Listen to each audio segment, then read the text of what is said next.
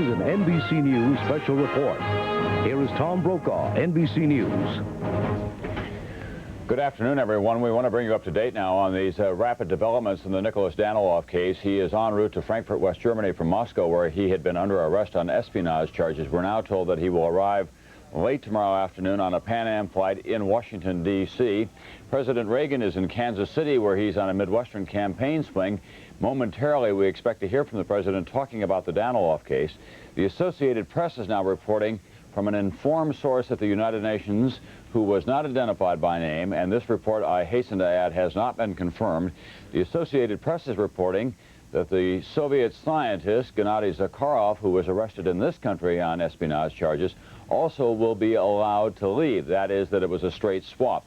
That has not been confirmed. What we do know is that Nicholas Daniloff, who worked for U.S. News and World Report when he was arrested on August 30th in Moscow, that he now has been freed, his passport has been returned to him, and he said that he left more in sorrow than in anger from Moscow.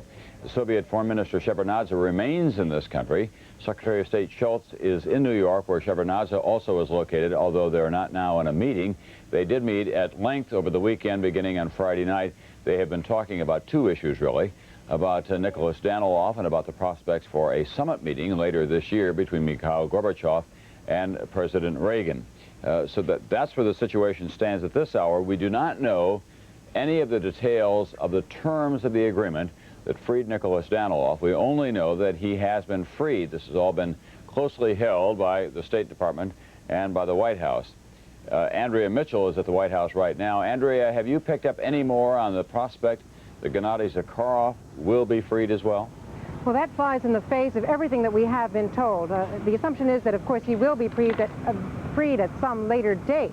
But everyone has been saying today and late last night and early this morning that the important thing about this arrangement is that it is not a swap. Now, obviously, it is in the interests of the United States to make the case that they have not agreed to the swap that they had been refusing all along. But they are insisting here, people in the National Security Council and in the other offices at the White House, that this is not a swap, and to release Zakharov today would certainly give it that appearance.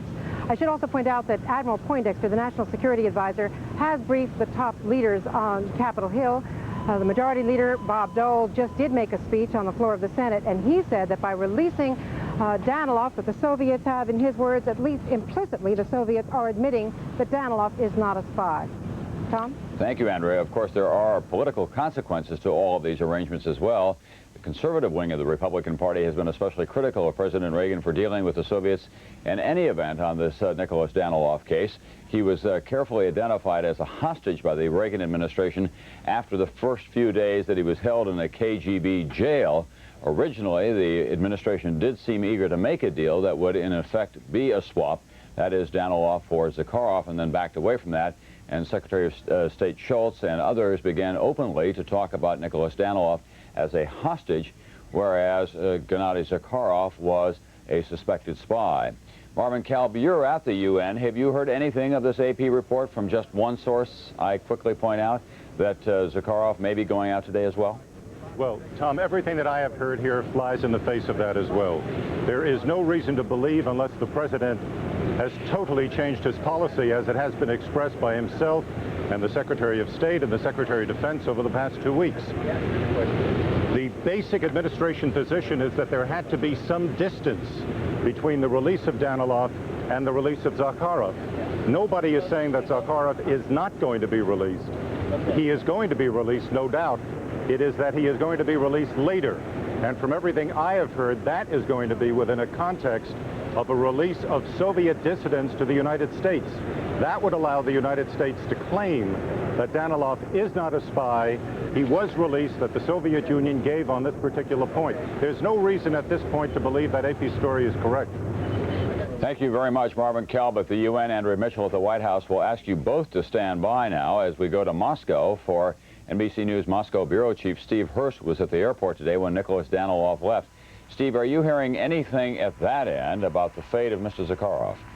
Tom, we're hearing nothing about Zakharov. The Soviet media are absolutely quiet. The evening news program comes on here in 45 minutes, at which there is the first time for the Soviets to say anything.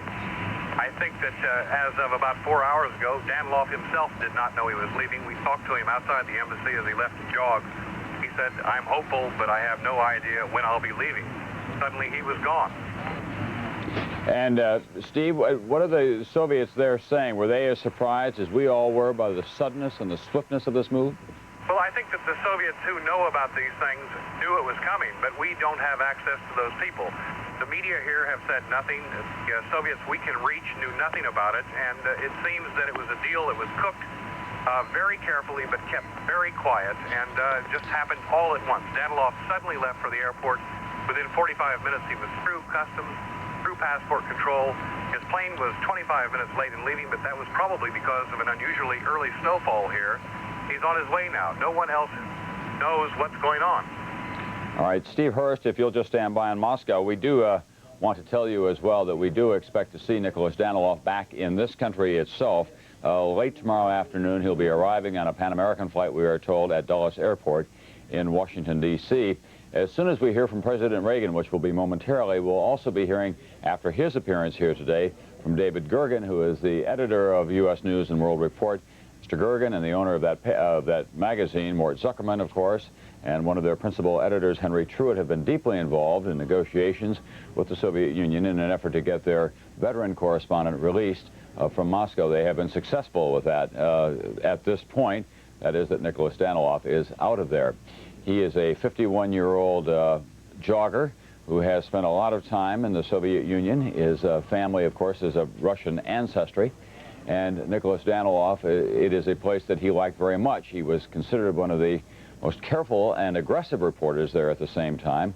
You'll recall the details of his arrest. He met with a familiar source of his. He was handed a packet of what he believed were provincial newspapers. The packet contained some maps that had stamped on them top secret. KGB agents appeared very quickly and put him under arrest. He was put into a jail where he stayed for about a week before he was released under so-called house arrest. That is that he couldn't go anywhere, but what he could do was check in every day with his Soviet parole officer, if you will. He left today saying that he lives more in sorrow than in anger. Sources in the U.S. Attorney's Office in Brooklyn have told NBC News that Zakharov may plead guilty or nolo contendere to charges and then be released. All of that could happen today. Those are sources at the U.S. Attorney's Office, which has been responsible, of course, for the prosecution of Gennady Zakharov. Now, at the State Department, Jamie Gangel, I'm told, has additional details in all of this. Jamie, what have you learned? Tom, State Department officials have just confirmed for me the terms of the agreement worked out last night. What they're saying is that the final points were worked out last night and that they would be as follows. That Nick Daniloff would be released immediately, as we've seen happen today, and that down the road, to let some time pass for appearances, the Soviet Zakharov would also be released, but in turn for in exchange for prominent Soviet dissidents. All right. Once again, no swap was the importance stressed there. Thank you very much, Jamie Gangel at the State Department. We now go to Kansas City, where President Reagan is expected to have his first public comments on all this. Here is the President of the United States in Kansas City, where he's campaigning for Kit Bond. Kit is the name there, who is the Republican candidate for Senate from Missouri. Thank you all very much. You know, one of the things that goes with my job is that I am Commander-in-Chief. And in the military, a general can dictate the uniform of the day. And in view of the temperature, I'm declaring that the uniform of the day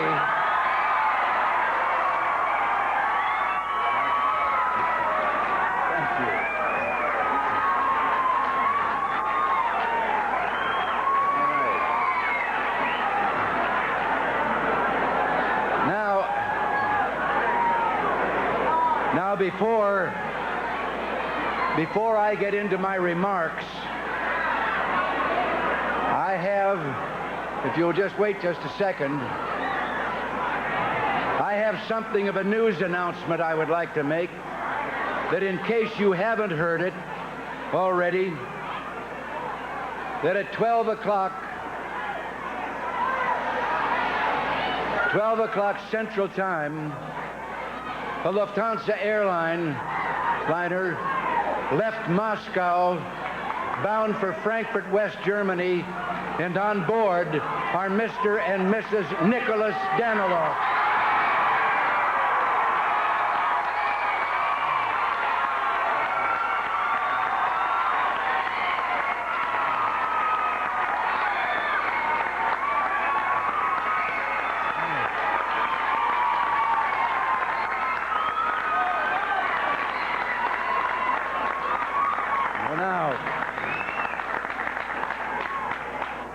Now, let me just say it's wonderful to be here in Missouri, and it's great to be back on the campaign trail. It almost feels like 1980 all over again. You know, as I said to my staff when we were taking off in Air Force One, it's great.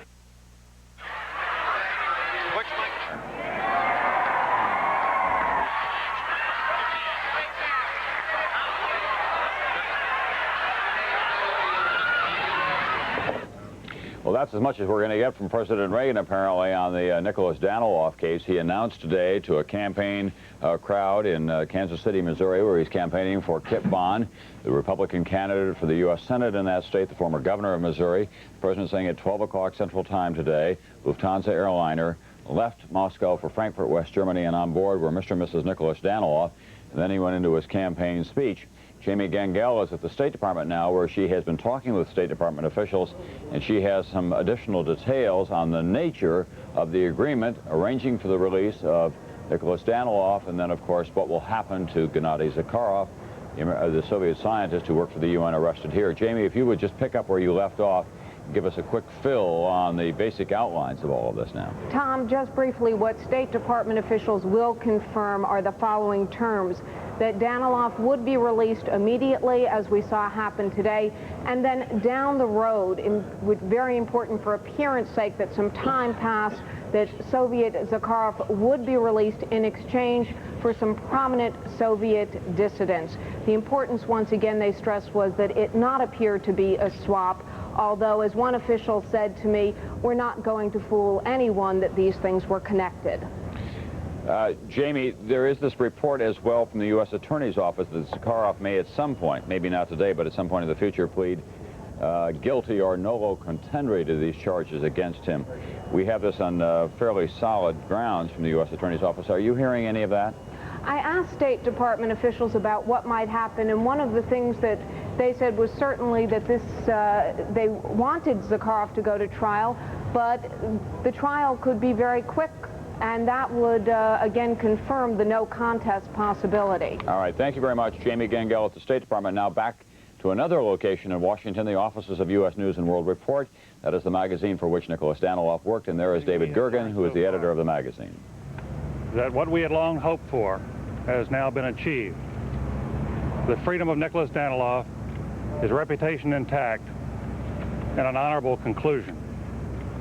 I might say that for all of us here at U.S. News, from our owner, publisher, editor-in-chief, Mort Zuckerman, from me and from others here, we believe it's a tribute to the continuing vitality of American values, that when one American was seized, when one American was taken hostage, our government practically turned itself inside out to obtain his release.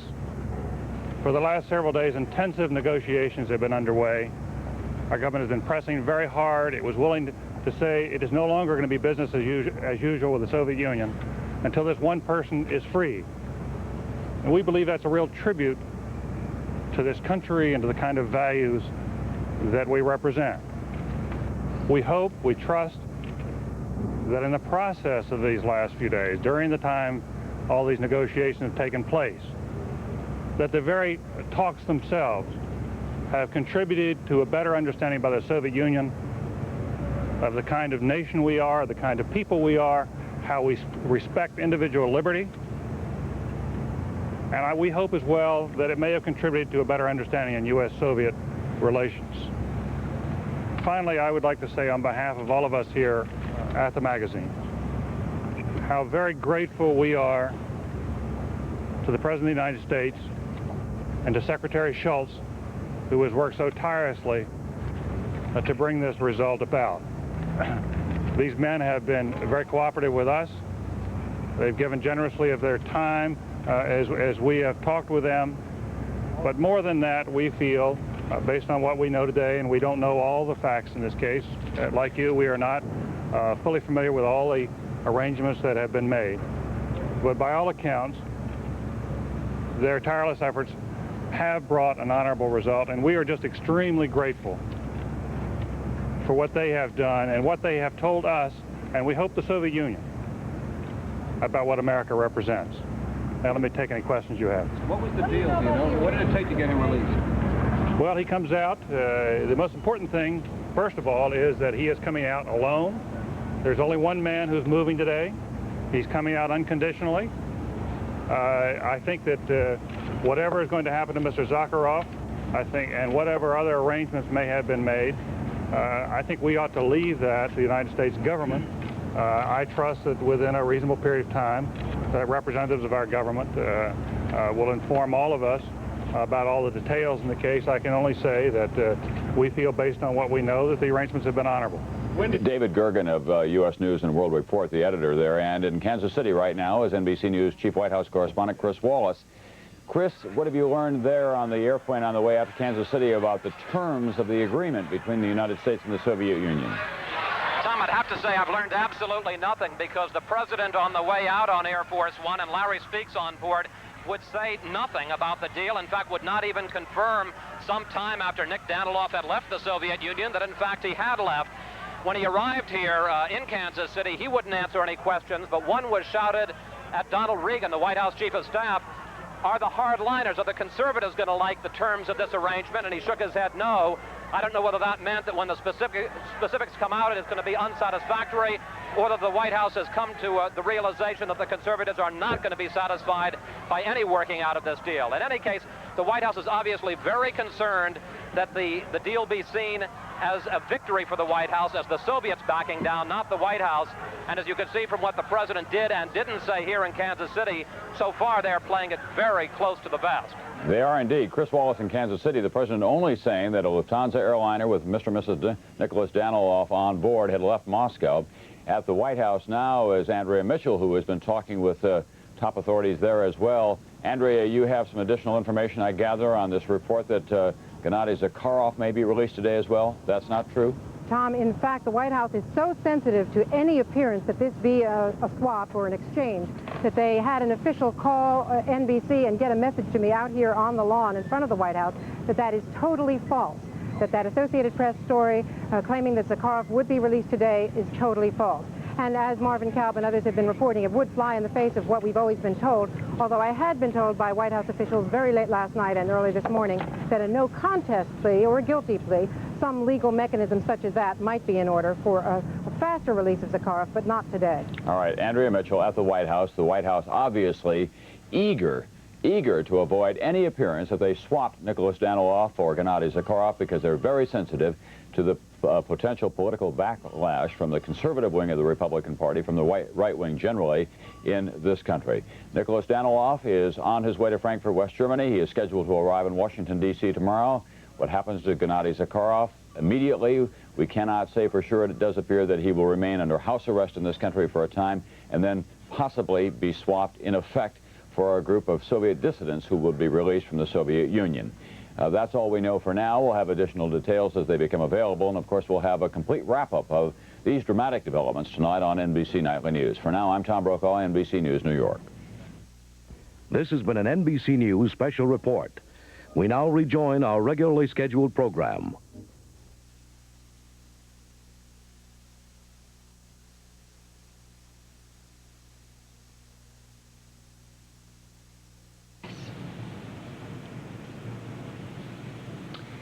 You know, it'd be so easy to trust you. You got those beautiful blue eyes. You kind of got that sweet, innocent look, you know?